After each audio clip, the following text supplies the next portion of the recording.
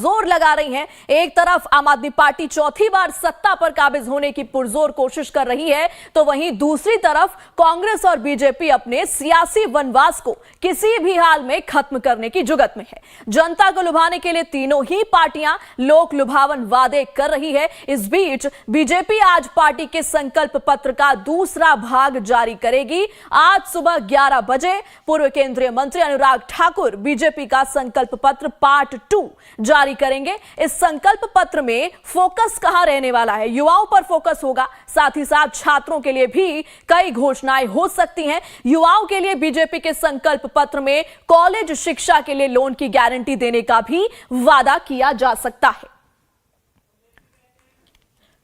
तो दूसरे भाग में पार्ट 2 में युवाओं पर फोकस होगा।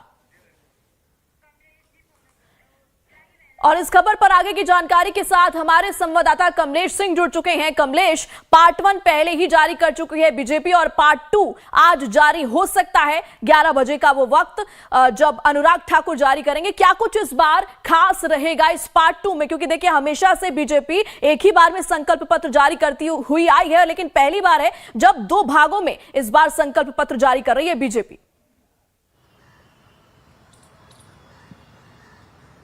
देखिए, आज संकल्प पत्र पार्ट 2 जारी हो रहा है। ये 11 बजे रिलीज किया जाएगा। केंद्रीय मंत्री अनुराग ठाकुर इस संकल्प पत्र को दोहराएंगे, क्योंकि आपको याद होगा 17 जनवरी को जब जेपी नड्डा ने संकल्प पत्र पार्ट 1 जारी किया तो उसमें उन्होंने कहा था कि 3 पार्ट में हमारा संकल्प पत्र आएगा।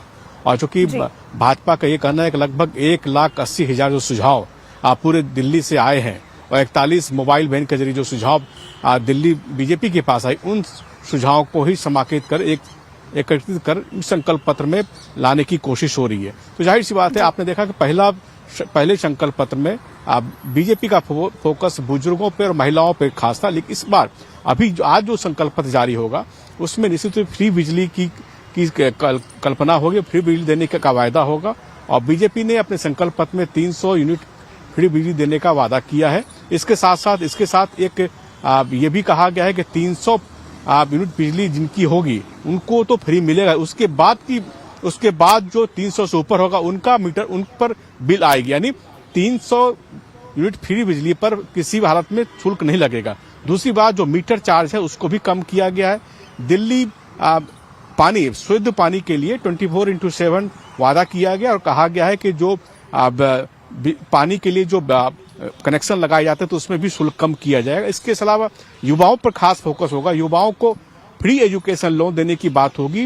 हायर एजुकेशन में पढ़ाने के लिए एजुकेशन लोन की बात कही गई है। इसके साथ एक बार 10,000 रुपया खासकर जो गरीब छात्र हैं उनको आर्थिक मदद देने की भी बात कही गई। तो कुल मिला के आज की घोषणा पत्र में युवाओं पे फोकस होगा और मध्यम वर्ग, जो दिल्ली का जो मध्यम वर्ग, उस पर फोकस होने की उम्मीद की जा रही है। क्योंकि पिछली बार महिलाओं पर फोकस था, बुजुर्गों पर, इस पार्ट में युवा और मध्यम वर्ग पर फोकस रहने की उम्मीद की जा रही है। जी अच्छा कमलेश, इसके अलावा देखिए, जैसे जैसे चुनाव का वक्त नजदीक आ रहा है, 5 तारीख को देखिए मतदान होने, उससे पहले अब खबर यह है कि पीएम मोदी रैलियां करने वाले हैं। इसको लेकर क्या कुछ जानकारी सामने आ रही है? और न केवल पीएम मोदी, सीएम योगी भी कुल 14 रैलियां करेंगे इस बार दिल्ली में। देखिए, दिल्ली बीजेपी ने पीएम की 5 रैलियां मांगी थी, लेकिन जानकारी ये मिली है कि प्रधानमंत्री कार्यालय की ओर से 3 रैलियों की स्वीकृति मिल चुकी है। जो 3 रैलियां होगी वो 27 तारीख को पहली रैली होगी, वो यमुना पार में कहीं भी हो सकती है। 30 तारीख को भी एक रैली होगी यमुना पार में भी कहीं। 2 रैलियां यमुना पार के में होगी और तीसरी रैली, जो अंतिम रैली होगी, 2 या 3 तारीख को होगी, वो या तो बिजवासन में या द्वारका में कहीं होने वाली। दूसरी तरफ योगी आदित्यनाथ की रैली की भारी डिमांड हो रही है। लगभग 70 कंस्टिट्यूंसी में जहां भी बीजेपी को उम्मीदवार है, सभी ओर से रिक्वेस्ट किया गया कि योगी आदित्यनाथ की रैली कराई जाए। लेकिन ऐसा समझा जाता है कि योगी आदित्यनाथ की रैली 3 विधानसभाओं पर एक रैली योगी आदित्यनाथ कर सकते हैं। इस हिसाब से 12 से 14 रैली योगी आदित्यनाथ की दिल्ली में प्रस्तावित है। लेकिन सब कुछ डिपेंड करेगा कि योगी आदित्यनाथ की ओर से कितना समय पार्टी को दिया जाता है। इसके अलावा जेपी नड्डा, केंद्रीय गृह मंत्री अमित शाह, राजनाथ सिंह, तमाम जो यूपी के तमाम जो बीजेपी रूल स्टेट्स के सीएम हैं, सबकी रैलियां लगाई गई हैं। जहां जहां से डिमांड हो रही है बीजेपी की तरफ से, वहां उन रैलियों को लगाया जा रहा है, क्योंकि बीजेपी ने तय किया जहां जिस कंस्टिट्यूंसी के लोग रहते हैं, यानी जिस जाति के, जिस राज्य से ज्यादा लोग रहते हैं, उन राज्यों के मुख्यमंत्रियों के या वहां के नेताओं की रैली कराई जाए, यही व्यूहरचना बनी है। तो ये व्यूहरचना लगभग आज से रैलियों का सिलसिला भी शुरू हो गया। आज 3 बड़ी रैलियां की जा रही हैं। आपको याद होगा हरियाणा के सीएम की आज 3 रैलियां हैं। ज्योतिरादित्य सिंधिया 2 रैली करेंगे। इसके अलावा MOS रवनीत सिंह बिट्टू की भी 2 रैलियां हैं। तो आज से रैलियों का सिलसिला भी शुरू हो गया है दिल्ली में। बिल्कुल कमलेश, और देखिए इस बार सीएम योगी रैलियां करेंगे, जैसा कि आपने बताया कि 12 से 14 रैलियां संभावित है।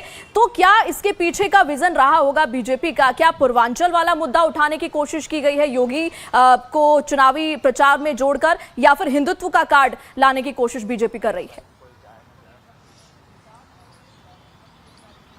देखिए दोनों ही मुद्दे हैं। पूर्वांचल को, चूंकि पूर्वांचल के बड़े नेता हैं योगी, और इसलिए जो 17 सीटें जहां पूर्वांचल का काफी जोर है, उन रैलियों पर योगी आदित्यनाथ की रैलियां तो होगी, इसमें कोई दो मत नहीं है।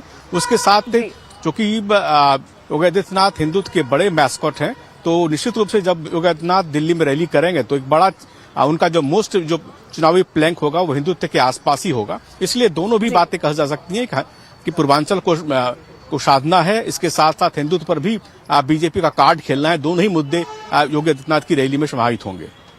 ठीक है कमलेश, इन तमाम जानकारियों के लिए आपका बहुत बहुत शुक्रिया। आगे बढ़ते हैं बुलेटिन